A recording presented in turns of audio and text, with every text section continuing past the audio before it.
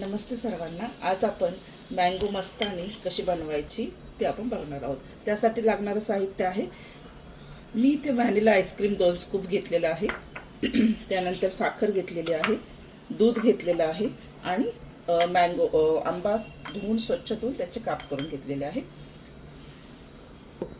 ही recipe खूप साधी simple आहे। आता आपल्याला काय करायचं, मिक्सरचं भांडं घेतलंय मी, ब्लेंडर जार घेतलेला आहे, त्याच्यामध्ये आता मी मँगोचे पीसेस टाकणार आहे। मिक्सरच्या जारमध्ये आता मी मँगोचे पीसेस टाकणार आहे। मी थोडे पीसेस बाजूला काढून ठेवणार आहे, फॉर गार्निशिंगसाठी मी थोडेसे पीसेस बाजूला काढून ठेवणार आहे। त्यामध्ये मी आता मँगोचे पीसेस, आंब्याचे तुकडे टाकलेले आहेत, मँगोचे पीसेस मी याच्यामध्ये टाकले आहे। त्यामध्ये मी आता थोडंसं दूध टाकणार आहे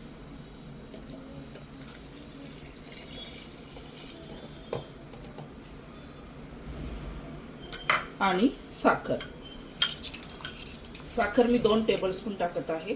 आंबा कसा आहे, म्हणजे आंबा जर गोड असेल तर तुम्ही साखर कमी टाकली तरी चालेल, तुमच्या आवडीनुसार तुम्ही साखर घेऊ शकता। आता आपण त्याच्यामध्ये 1 स्कूप आपण व्हॅनिला आईस्क्रीमचं टाकणार आहोत आणि 1 स्कूप आपण गार्निशिंगसाठी ठेवणार आहोत। आता हे मी चांगलं ब्लेंड करून मिक्सरमध्ये मी ब्लेंड करून घेते, चांगलं बारीक करून घेत आहे। आता मी मँगो साखर, आता आपण मँगो मस्तानी किंवा मँगोचं आपण जे मँगो मिल्कशेक बनवलं आहे, आता आपण ते सर्व करू। त्यासाठी आता आपण 1 ग्लास घेतलेला आहे। ह्या ग्लासमध्ये आता मी हे मँगोचे जे काप केलेले आपण थोडेसे ठेवलेले, ते आपण आधी त्याच्यामध्ये टाकणार आहोत।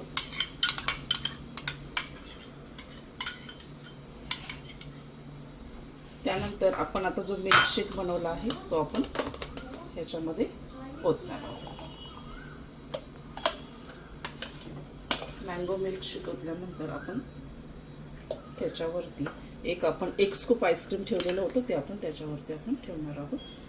ते ठेवल्यानंतर आपण थोडंसं गार्निशिंगसाठी मी थोडेसे बदामाचे काप केलेले आहेत, तर बदामाचे काप आपण त्याच्यामध्ये टाकणार आहोत आणि थोडेसे केसरचे थोडेसे धागे आपण याच्यामध्ये टाकणार आहोत, जस्ट गार्निशिंगसाठी। जर तुम्हाला वाटत असेल तर तुम्ही टाका, नाहीतर नाही टाकलं तरी चालेल। अशा प्रकारे आपली मँगो मस्तानी आणि मँगो मिल्कशेक हा तयार आहे। अशाच नवनवीन रेसिपीसाठी please like and subscribe to our channel. Thank you.